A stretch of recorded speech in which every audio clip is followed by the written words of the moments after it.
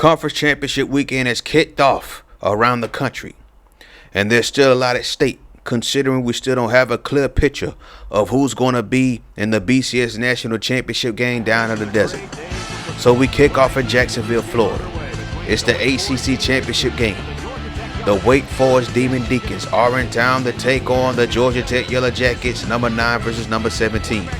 There goes a good clip of Anthony Douglas, decent numbers, but here he is right here on the play fake, finding his tight end, Devin Jenkins, taking the ball up the left side past the 20, inside the 10, and to the crib he goes. A rambling wreck touchdown, and the Georgia Tech Yellow Jackets strike first. A 2nd and 14 situation this time. Anthony Douglas throws an interception. He's been inconsistent all year, but that was a great play by Nelson. So here goes Wake Forest, the fighting Tim Duncans. There goes the quarterback finding the tight end, and he gets tackled inside the 5-yard line. Wake Forest on the cook now. Here goes the end of the route. He gets caught in the traffic, and somehow he gets into the end zone. The Georgia Tech defense literally carried Wake Forest into the end zone, and then here goes Anthony Douglas with another bad pass. Rhodes on the interception right there, the strong safety. So now they're looking to capitalize. Running back inside the 30, tackled around the 25-yard line. The fighting Tim Duncans are driving his 39 with off to the pass. There goes the QB popping it up the middle, and that pass is caught inside the 5-yard line. 1st and goal now, another play fake. It's been working all day. Why not do it again? Touchdown Demon Deacons, and Wake Forest is in the lead. But here comes Anthony Douglas finding an absolute dot to Henderson in the end zone. A 50-50 ball, touchdown. Rambling wreck, the game's tied at 14, and look at that interception right there. Ooh, look at that spin move. A big man spin move right there. And now Georgia Tech has the ball inside the 9-yard line of Wake Forest. So here goes the hand up to Anthony Douglas. He finds a crease and gets into the end zone for another touchdown on the season for him. He's been great this season. So it's 21-14. Rambling record up, and here comes Wake Forest, and look who it is. Remember him for the first game versus Alabama State. That's Stephen Brewer. He picked off Trey Tyler and ran it back for a pick 6, and now here he is again, getting his 4th interception on the season and his 2nd pick 6 on the year. So now it's a 2-touchdown lead. Wake Forest in trouble again, and there he goes again, Stephen Brewer. Another pick on the day. Coming into this game, he only had 3 interceptions all year. Now he has 2, resulting in the 5. And then here goes Wake Forest trying to look deep, a desperation play, but once again it's picked off, and the Yellow Jet secondary has now become a no-fly zone. So now Wake Forest has one more mountain to climb. Look at that spin move by Courtney Young. Takes it up the gut, up the right side, and he is gone. Exclamation point, the final nail on the coffin for the Demon Deacons as the Georgia Tech Yellow Jackets take the ACC crown back to Atlanta. Georgia Tech wins the ACC once again. So now they're looking to go to the Orange Bowl. Who will be their opponent? Find out next time on Bowl Selection Sunday. So we go to New Orleans, the Big Easy. We got the Conference USA title on the line. The Tulane Green Wave are hosting the Marshall Thundering Herd in the Superdome, the biggest dome-structured stadium in the world, in case you did not know. And here goes a good look at Vincent Thompson. He's been balling all season. Top 10 in passing yards, top 3 in passing touchdowns, and he's looking to make a big impact in this game. But here goes the Marshall Thundering Herd with the run game making an impact, striking first, going in for a touchdown. The Marshall Thundering Herd with a 25-yard run, and now they're up 7-0. So here goes Thompson, stepping back the pass. He pops it, and that pass is tipped and intercepted by the impact player, Dowles. Dowles on a big interception right there, middle linebacker. And now Marshall has the ball at their own 43-yard line, great field position. So here goes Marshall, and they throw it right back to Tulane. Look at this right here, going down the right side past the 20, and he's taking it to a crib for the pick 6. Tulane strikes back on defense. So here goes Marshall once again back on offense. And that pass is caught inside the red zone. A beautiful pass by Ryan Jacobs. So here goes Jacobs once again. This time it's a quarterback keeper up the right side. He gets tackled inside the 5-yard line. Jacobs making an impact so far. At the 2-yard line this time he gets set. Big critical set there by the Tulane Green Wave. Now it's 3rd and goal. Here he is on the quarterback keeper once again, a fake pitch. And Ryan Jacobs goes into the end zone for a touchdown. Marshall is back in the lead. A 3rd and 8 situation now for Tulane if we go later in the 3rd quarter. There goes Vincent. Pop it. It's picked off again by Dowles. Wow. The Tulane Green Wave turned the ball over 3 times on offense, all being interceptions, with Vincent Thompson being accountable for all 3. The Marshall Thunder heard up 14-0, and they're looking to capitalize and extend this lead. So a 2nd-and-1 situation. Later on in the 3rd quarter, Ryan Jacobs, off there to pass, he pops it, and it's picked off again. Look at that pick right there. What an interception by Tulane. And now the Green Wave get 2 interceptions on defense. So we go later on in the 4th quarter. There goes Ryan Jacobs, stepping back to pass. He pops it and it's picked off. This time, Tulane showing no mercy. Tulane takes it all the way back for a pick 6. Touchdown, Green Wave. Tulane has tied the game at 14. The 2nd pick 6 for the Green Wave defense. This time, Jacobs pops it. It's picked off again. This time, it's the impact player at middle linebacker. Touchdown, Tulane. My goodness, the Tulane defense are accountable for all points scored in this game. The offense for Tulane literally did nothing this entire game. The defense had to literally carry them. The Tulane Green Wave win Conference USA, finishing the conference play at 7-2. 2010 champs, congratulations to them. A disaster of a performance and a choke by Ryan Jacobs, throwing 3 pick 6s in 1 game. Now we go to the ATL ho. We're in Atlanta. It's time for the game of the day. The number 1 team in the country, the Florida Gators, are taking on the number 4 LSU Tigers. The SWAC West champion LSU Tigers are known for their phenomenal defense. The Florida Gators are known for their great passing attack. And featured in this game is hopeful Heisman Trophy finalist John Cole, quarterback for the Florida Gators. He comes into this game around last place on the Heisman watch list. As you see, the number 1 team in the country coming out on the field. They're 10-1. There goes the LSU Tigers looking to pull off an upset. So there goes John Cole. As you see, number 1 in the country in passing touchdowns. He has 46 touchdown passes going into this game.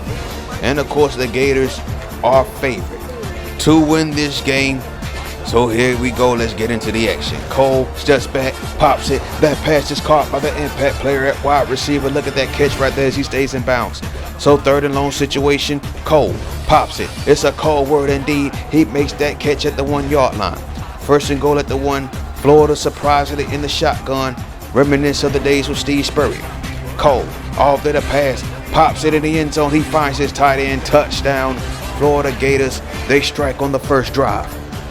So there goes LSU quarterback John Green popping it. It's picked off. And it's taken back for a pick 6. The Florida Gators strike on the first 2 possessions of the game. 28-yard pick 6, and that was 14-0. So now LSU has to get back into this game. John Cole pops it. That pass is picked off by the linebacker. Look at that move right there. Look at the coverage by the linebacker. That was Terry Moore, the right outside linebacker, with the 1st turnover, the 2nd turnover of the day already. 3rd and 9 now. We go later on in the drive at the Florida Gator 18-yard line. John Green with time to throw. He pops it, and that pass is caught in the end zone for a touchdown. LSU's back in the game. 2nd and 5 situation now. There goes Cole. Off to the pass. He pops it. It's tipped, and it's intercepted. What a play. Another linebacker. This time it's Ronald Thomas on the interception. The left outside linebacker making a play.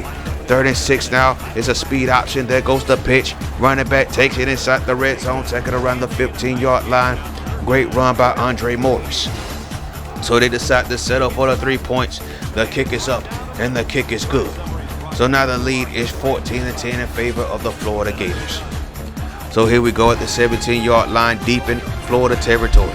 Cole pops in, and that's intercepted again. That's the 3rd interception so far in this game on John Cole. Now Guillory, he'll be back. He's just a little banged up. A 3rd and 12 situation at the Gator 21. There goes Green popping it. It's caught in the end zone for a touchdown. What a pass by John Green. And now the LSU Tigers have scored 17 unanswered points. at the 33-yard line. There goes Cole. This time he's popping it. He's picked off again. Another pick. Another interception. This time it's Chris Stallings. His first pick of the season. So now here goes LSU. Look at that broken tackle right there. Squeezing through the gut, and that time he fumbles the ball and the Gators recover it. All these turnovers in 1/2. Unbelievable. The SEC championship game has been absolutely crazy so far. So now here goes Cole trying to do something with it, and he gets picked off again. That's interception number 5 for the LSU defense. Interception number 5 for Cole. And at this point, he might be out of the Heisman Watch race. So now we go into the third quarter. It's still 17-14. Cole without that pass. This time he pops it, and the script just can't get no worse for him. Chris Stallings picks off John Cole for the second time today, and that's interception number 6 for this LSU defense. Now be aware on the left side of the screen, that's an error. I guess I did that while trying to set up the Elgato. That was a mistake. But look at John Green not making a mistake on that play as he completes that pass, for another first down, and LSU is back in the red zone. But eventually this drive was stalled, so LSU will settle for a field goal. The kick is up, and the kick is good. That is now 20 unanswered points by the LSU Tigers. So we go to 3rd and 10. 20-yard line. Can John Cole finally stop turning the ball over? No, he cannot. Picked off for the 7th time today. There goes the Bayou Bengal mascot mocking the chomp. And now they settle for another 3 points. Their kick is up, and that kick is good. Now we go to 23 unanswered points for the LSU Tigers. We're now trying to root for J. Cole. Can he finally stop turning the ball over? At this point, you have to feel really bad for him. There he goes, popping into that pass. It's picked off of a deflection, and goes back for a pick 6. What a disaster of a game for John Cole, who was hoping to win the Heisman Trophy. And the LSU Tigers pull off the upset. They beat the number 1 team in the country. They beat the Florida Gators. Now, wait a minute. This opens up a lot of doors. Now it has to be determined who's going to go to the national championship game. What a performance by this LSU football team, and specifically the defense. So now we go to the last game of the day before it's our turn to Detroit. We're in Houston, Texas. So now we got the crown, a Big 12 champion. The Cats from Little Manhattan, the Kansas State Wildcats, are taking on the Texas A&M Aggies. Kansas State comes in ranked number 7 in the country. Texas A&M is ranked just outside the top 10 at number 12. Beautiful Houston, Texas, home of the Houston Texans. They so garbage, by the way.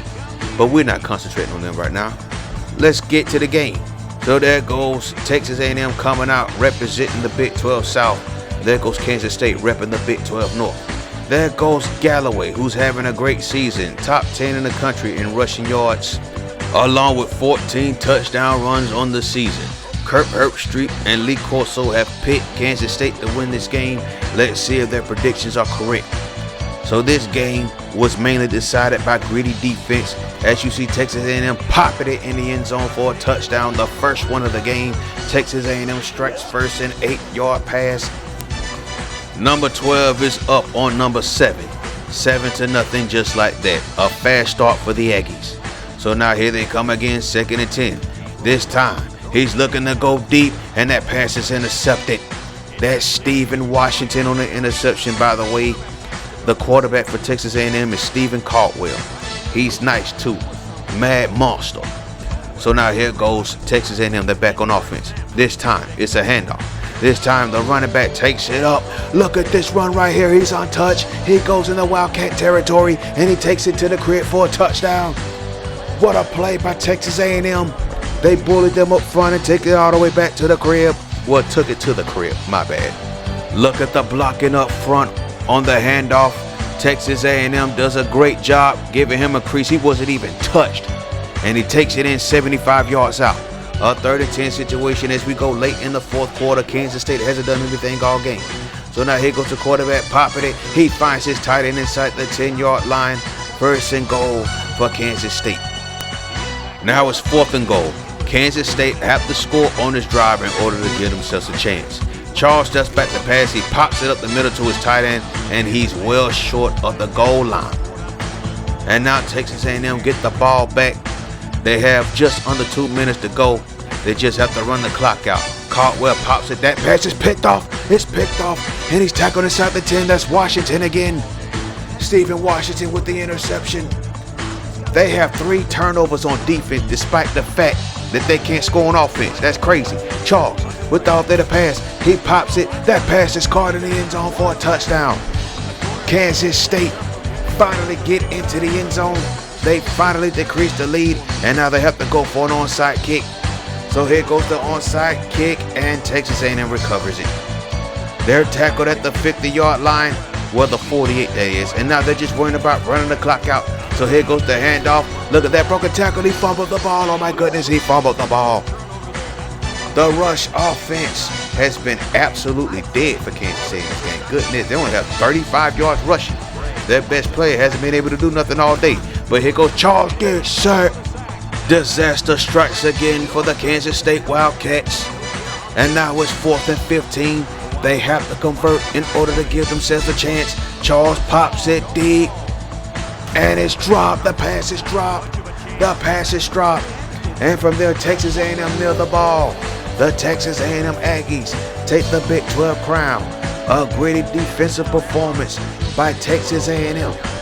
And now it's our turn. We'll see you in Detroit, Michigan. We have no idea who will be playing for that national championship game, but we got to make sure we get there first. Alabama State, Mississippi Valley State for the SWAC championship game. That's going to be starting later on tonight. We'll see you in Detroit, Michigan. Peace.